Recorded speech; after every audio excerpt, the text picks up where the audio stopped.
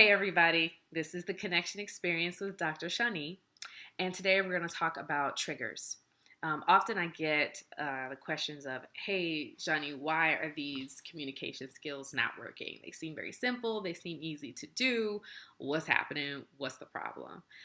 There are a lot of reasons why these things might not work.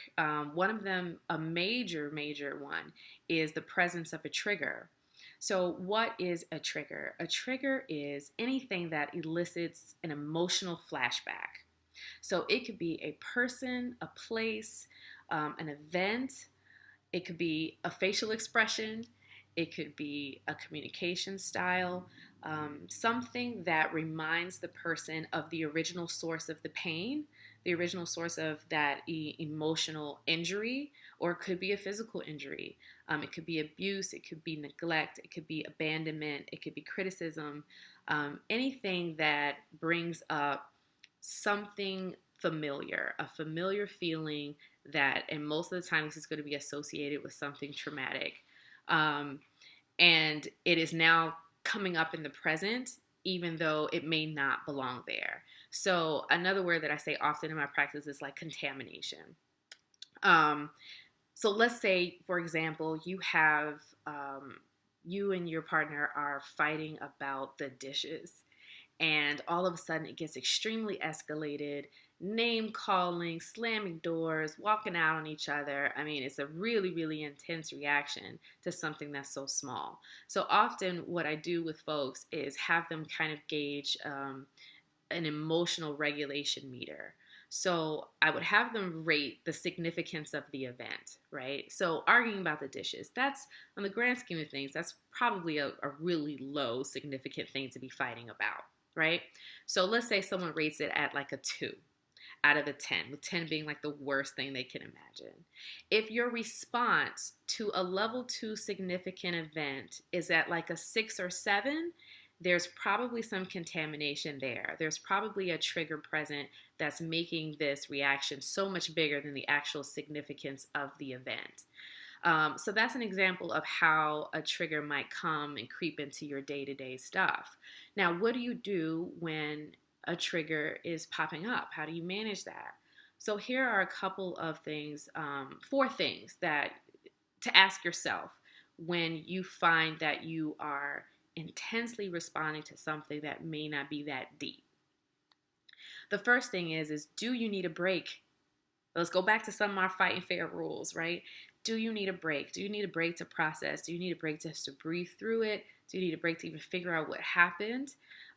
Take your break. It's a lot to ask of people to do all of this work while they're already at a 10.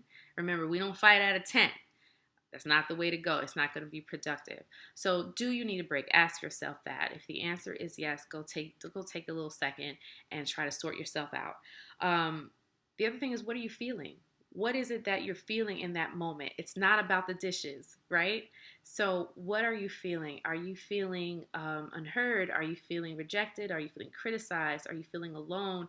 What is it that's coming up? What is the familiar feeling that is coming up?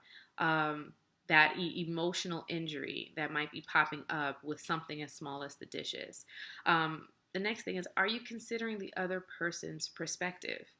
Are you so engrossed in your own pain at that point that you are not able to see where the other person is coming from, or to get back to those positive attributions, what might be going on the other side of the conversation? It might not be about you. It might not be about that thing that is getting triggered. So are you doing that? Are you considering that? And the last thing is, how do you want to respond to what has just happened? Big or small, we want to respond to these things rather than react. Remember, reactivity is probably the trigger talking. So you don't want to pull the trigger. See what I did there? You want to, so corny, you want to respond or report what's going on with you rather than reacting and overly emoting. Now, keep in mind, this is for your average everyday fuss and fight. This is not for your big major conflict things. It'd be great if we could use those with those bigger things, but sometimes that might be asking a lot. So recognizing the trigger, recognizing when you're triggered. It might also be a lot to figure out what it is that's going on. You might not have the awareness. And this is where going to counseling is helpful, because you get to process these things with someone and kind of sort that out.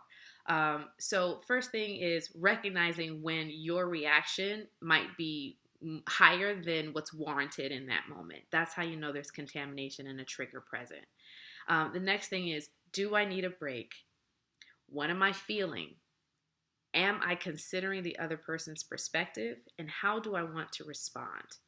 If you do all of these things, you might be able to come back, de-escalate it, and sort it all out, and hopefully get ahead of it the next time it shows up. I hope that makes sense. Go back and review. Ask me questions if you have any. Don't forget to subscribe to the YouTube channel for other tips, and don't forget to connect.